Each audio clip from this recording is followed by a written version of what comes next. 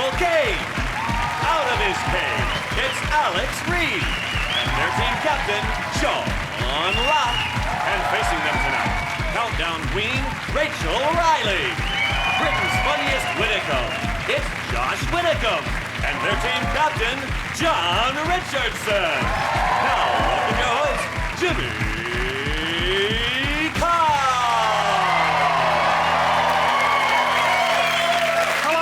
Welcome to 8 out of 10 Cats, a show about opinion polls, surveys and statistics. Did you know, for example, 54% of blokes would tell a friend if they smelt bad? Sorry, mate, but I need to tell you something. I smell bad. 23% of women over 60 have had a one-night stand, and 40% have one nightstand. Because their husband is dead. Not my fault, I didn't kill him. And in Britain, the highest concentration of ghost sightings is in Derby. Pale, shambling figures with soulless dead eyes and scary faces. The people of Derby see an awful lot of ghosts. Right, let's get started.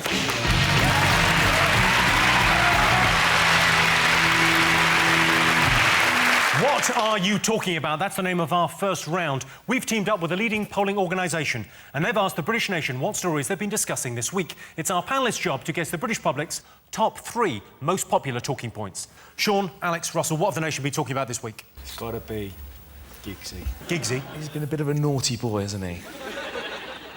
Yeah. Tell me, a bit of a naughty boy, I think it's probably an understatement. Yeah. What is interesting about the footballers, though, is they seem to pick up all their women via mobile phones. They either, like, send pictures or texts. They say, do you want to go out and have sex? And they go, yeah, all right, and that's it. There's no... What did they do? How did footballers get off with women before mobile phones? Pigeon. Yeah. Pigeon. Just drew a picture of their cock on a bank statement. There's the bank statement, and that's what it looks like. I can't draw, so I got Rio to do it. Rachel, you're a huge Manchester United fan. Yeah, I am. Have you met Ryan? I have, yeah. As well as fulfilling my dream of doing timetables to music, I did some work for MUTV last year. I'm sorry, what was your first dream? Timetables to music, that's my day job. You may have seen it, it's on Channel 4. Oh, yeah. There you go. So I was shown round Carrington, the United training ground, by Giggsy and Rio last year. Blimey. I think you had a lucky escape. It's a very extended euphemism. Shown round? Shown round, yeah. We started in the changing rooms, and we worked our way around. Don't call it that. There were cameras there the whole time, it was fine. So you're a Man U fan, Yeah. You've met him. Has he gone up in your estimations, down in your estimations? I mean, the stupid thing with him was he got away with it for 8 years with his sister-in-law, and then he went for a Big Brother contestant. I just thought of something.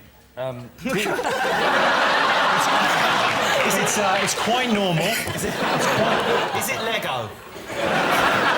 First, there's that Imogen business. And incidentally, she came to my New Year's Eve party, and Imogen came to your New Year's Eve party? she did. Well, but now she's famous, so things are going to change. She's done pretty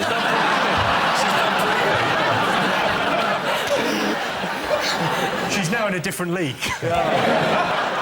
You know, you have to sign all these NDAs and these, what's the thing they're going... Non-disclosure agreements? Yeah, everyone had to sign these. To come to your party? Correct, yes. You're having a laugh, aren't you? Yeah. Seriously, that wasn't my suggestion. Because the somebody girl, else's I suggestion. remember... Do you remember that girl? I forget her name that you were dating. Yeah, yeah. Remember the only reason you're famous? That girl. Don't be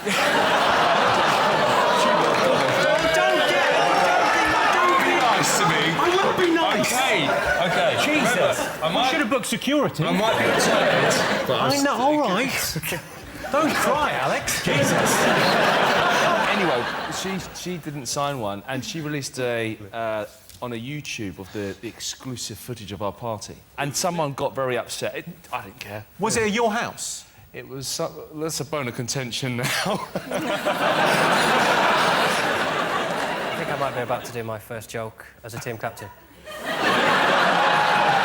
stay tuned.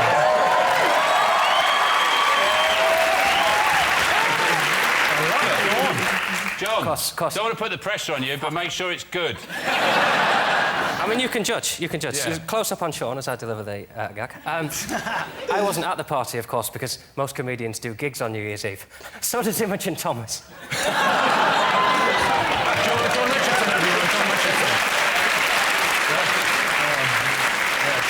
So, Alex, so you've met Imogen and you liked her, but she sort of socially, she was selling her story. She was trying to get ahead. That sounds like a great party. You've got to actually sign something to come in. If you've got to sign something to get in there, surely you want to get in there. It makes it more exclusive. I don't know. No, it makes me think they're all wankers in there.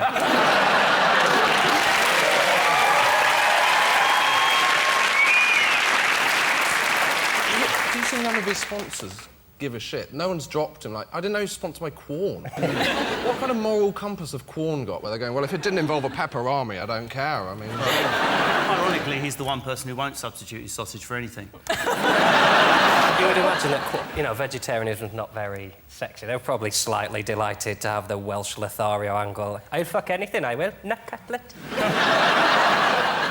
They're talking about him in the papers as if they're saying, oh, he's sleeping in the spare room now. As if he's on, like, a camp bed in a sleeping bag. He lives in a mansion. He's in a massive... He's probably got a telly in there. I'm not... But, these people live different lives. The other ladies... Is it alleged? Are we allowed to talk about the other? Oh, we are allowed to talk the other lady. Sister-in-law, I mean... Oh, my good. Brothers. What's that all about? No. It's when a woman has two babies and they're both boys.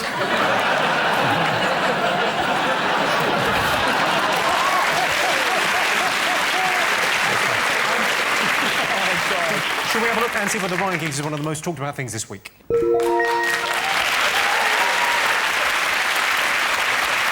That's the most talked about thing this week. So not only has Ryan Giggs been in someone who's been in Big Brother, but his brother has also been in someone his Big Brother has been in.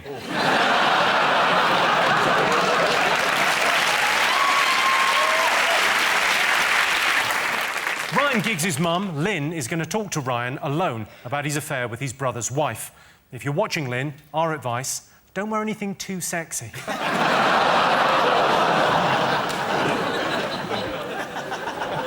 OK, John, Rachel and Josh, what else have the nation been talking about this week? Well, we go down this theme of feuding brothers and the Miliband. Although feuding's just a bit... It's too strong a word for such tedious men. But they're apparently, they don't get on since... Since the leadership. David found out on TV that Ed was standing against him in the leadership election. I had a friend who found out via Facebook that his girlfriend was pregnant. Do you want to know how? She tagged him in the scam.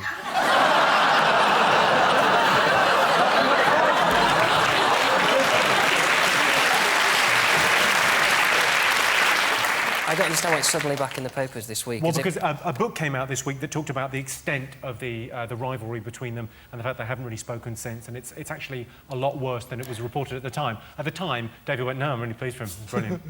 And actually, he was going, you fucking shit.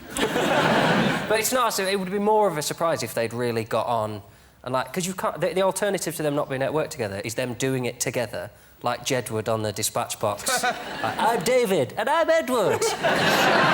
I was Deadwood. Here.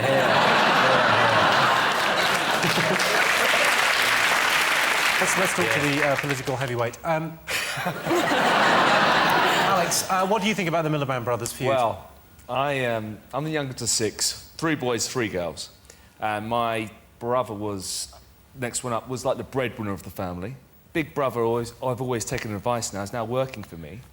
And he doesn't like it. What does he do for you? He does. What's he in charge of? There's love. He's sort of come on a bit of a manager, and he's the academic, and I'm the... I think you sort of bore his point out when you said he's the academic and you didn't know the word for what you do.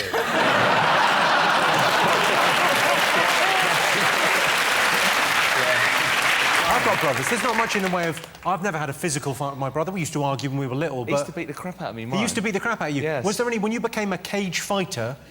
The worm turned. If you refer to it as the Reidinator, I think that... Because I'm in cage fighting kudos, but that is a shit nickname. It's a persona, like... Me, Reidinator. Is that like a shit version of Kindle? Do you want me to show you?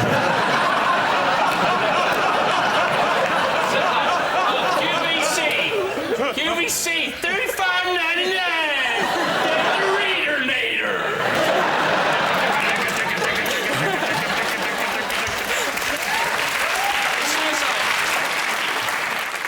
Well, I can tell you that the Milibands are not one of the most talked about things this week. OK, fingers on buzzers, 2 more to get. Bruce Forsyth. Sir Brucey, he's been knighted. finally. And people are apparently excited about that. I think it's nice, you know, he's got one now, along with, you know, his classmates, Galahad and Lancelot. He really pisses on the term knight, doesn't he? Imagine if you were a kid and you knew about King Arthur and all that. Yeah, they're still knights, Mummy. Yeah, there's one on TV now. Do you reckon at the ceremony, Prince Philip will go, "Nice to see some young blood coming through"? Do you know, what's amazing about him, they said he's had 70 years in entertainment. And since the 70s, for like 45 years or something, there's been a waxwork of him in Madame Tussauds for 45 years. Bloody hell. And they don't change it. What they do is they hold up a recent photo and then hit it with a cricket bat. They just hold like a patio heater up to it, so it just... Well, let's have a look and see if it's one of the most talked about things this week. Yes, it is. Yes, Bruce Forsyth was awarded a knighthood in the Queen's birthday honours, so from now on, he'll be known as Sir Brucey instead of just Brucey. That's 9 letters instead of 6. Might not seem like much, but that's just put 50% on the price of a wreath.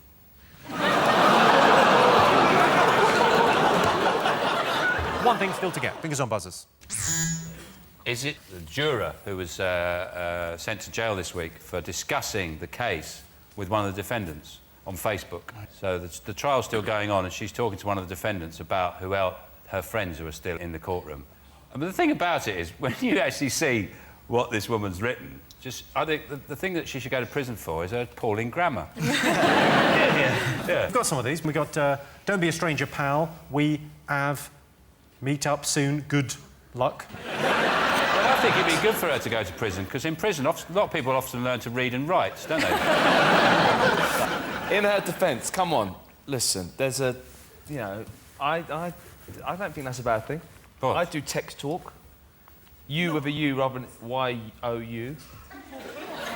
I'm only joking about the grammar. The main thing is that she's talking to someone during a trial. Do text talk. No, I write out every single word, apostrophes. I even sometimes, if I can't do an apostrophe on my phone, I put brackets, there should be an apostrophe there.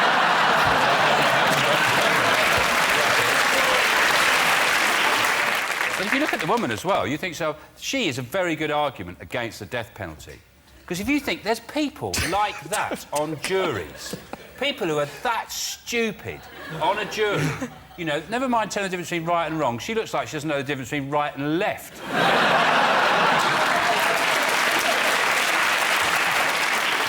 Apparently that's what Wayne Rooney's going to look like when the hair's grown out. Talking of idiocy, not realising that the Facebook is public, I made a real faux pas. I was travelling on the train, really annoying woman sitting opposite me, tutting everything I did. You know the type of person that can hear your pancreas secreting insulin?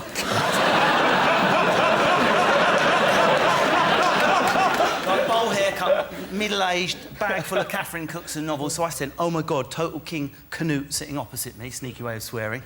She's got a librarian's haircut. And she tuts every time I move. The biatch, right? Just forgot about it. The most unlikely object comes out of her bag next. A BlackBerry, right? She's heard me say my name to my bank on the phone, got my surname, has Googled me, right? Gone onto Facebook. She's leant in and gone, "Now, I've just recognised who you are." And of course, egotistical comedian, "What, have you seen me on 8 out of 10 Cats? Did you like my Beyonce dance? What was it?" She said this: "I think it's very hurtful what you've just written on Facebook." Everyone on the train's like... It's very hurtful what you've just written on Facebook. I wasn't tutting every time you moved. I don't have a librarian's haircut. And this is the worst bit. The reason I'm in a bad mood is I've just visited my friend in London who is terminally ill. Like, listen, how I got out of it isn't even by my stuff. She's watching this, I'm toast. I said, I was like, "Oh my God, Totes, you've got it wrong." What I do is I put fake events on there to make myself more interesting, so my followers or... And there was little thumbs under, "Hey, I'm a librarian, leave it out." It was all underneath. Then I sent a couple of fake ones to make it sound believable. "I've just spilled coffee on my knob," and I hadn't. About 10 minutes later, she started crying and going, "I'm so sorry, I've just been under a lot of pressure lately." You know, she apologised to me, right there. Right? An hour later, I went back onto Facebook, and underneath the thread, everyone else on the train who'd recognised who I was had posted, "You just about got away with that, mate. Nice one." I love it. That's why I empathise with this story. She's here tonight. Oh my God, I'm so sorry. Let's have a look and see whether this juror chatting to the defendant on Facebook is one of the most talked about things this week. Yes, it is. Yes, a juror and a defendant were found guilty of contempt of court after making contact on Facebook. I'm worried I could go to prison if the police ever find out what I've been doing on my computer. At the end of that round, Sean seems in the lead. Welcome back to 8 out of 10 Cats. Our next round is Pick of the Polls. John, Rachel and Josh, what do you like the look of? The wedding one. I don't like weddings because there's absolutely no chance of me ever being involved in one. There is, they could change that law. I think we might go for the sexy lady in the specs. OK. We asked tonight's jury audience, would you rather be beautiful or brainy? What do you think they said? I went on a date recently and 2 different people came up to us and said that she was far too attractive to me. Wow. I'm sure you've had it as well, Alex. Total strangers came up to you. One was a drunk Australian man who'd fallen out with his friends and he thought, well, I'll go and slag off this guy who's with a hot girl then. And then the second one was a drugs dealer in Camden who stopped a mobile phone call to point across the street and go, you shouldn't be with her, mate. And I didn't know whether that was the greatest compliment or the worst thing that's ever happened to me. I go for ugly, stupid women. Really ugly, really stupid. So then people come up to me and they go, you're too good for her, mate.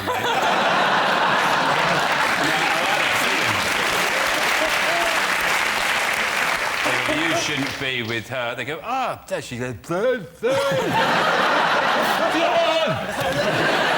She's combing her hair with a shoe. You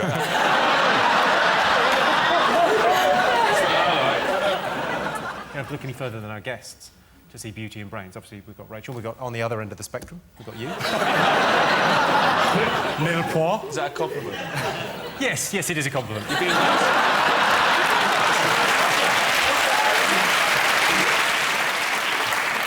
Alex, what first attracted you to Jordan? What 2 things? No contraire. Go on, so what do you find attractive? Something. It's the Factor X, the enigma, the... I don't know. It's... They're called tits. I like it. The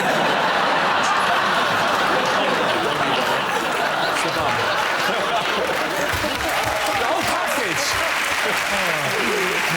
So, what do you think our audience goes for? Do you think they'd rather be beautiful or do you think they'd rather be brainy? What are you going to go for? If you're beautiful but thick, then you never have the intelligence to question why people are hanging around with you. I mean, brains are what make you go, oh, I wonder if this is just a fickle relationship. If you're beautiful but thick, you go, everyone likes me.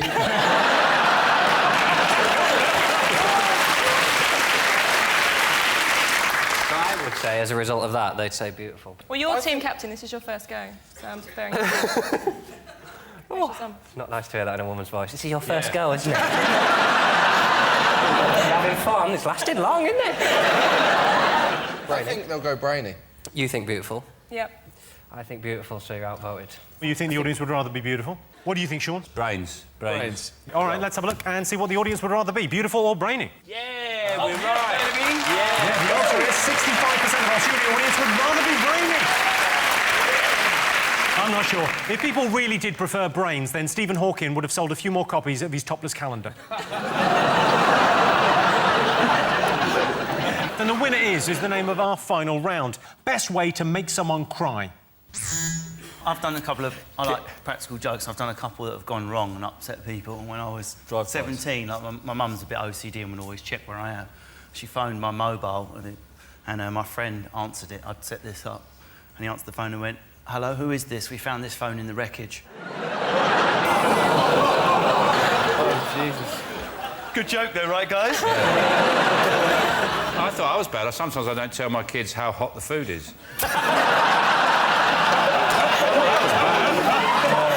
No, it's not hot. Eat it.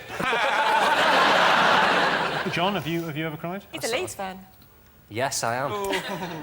I don't cry about football, though. There's so much real tragedy in my life. Just sort of do it on my own. I just think crying's like masturbating. You've got to get it out of your system every now and again. So just every now and again, I'll just take a night off, drink up 2 bottles of red wine, and just, right, let's fucking do this. Go and stare in the mirror till it happens. We're talking about crying or masturbation. until it happens. Jesus, John. Get the internet. It's not that expensive. OK, best way to make someone cry. You know when you're really hungover and then they show the snowman? That really hits you right between the eyes. I'll tell you a really good way to make someone cry. This is a brilliant way. Is dress up as their dead grandmother. and then you say, haven't you grown since I died? Oh, haven't you grown? Oh, come on, what's the matter? Don't cry, you used to love me. Come on, give Nana a kiss. Do you think they're crying at the Nana thing? Or do you think they're just crying and, oh, Sean Locke's had a breakdown, I liked him? What do you think? What do you think the answer might be, Alex? Nipple twisters. You know what, Alex? That's probably why she left you. I've only got one nipple. They were big twisters. She's only got one. Hang on.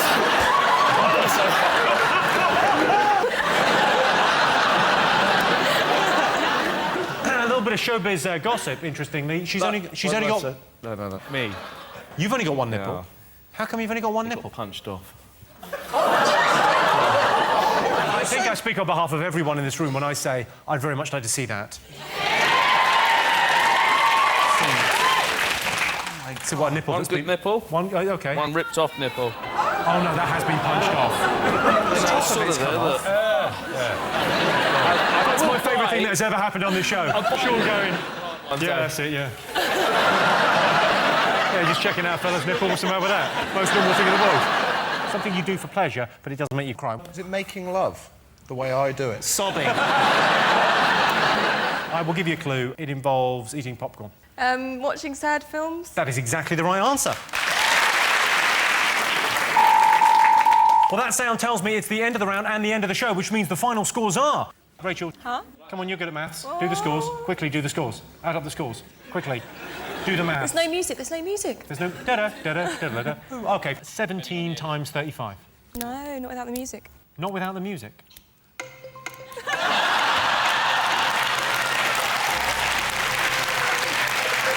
Come on, quick, 17 times 35. Is it 595?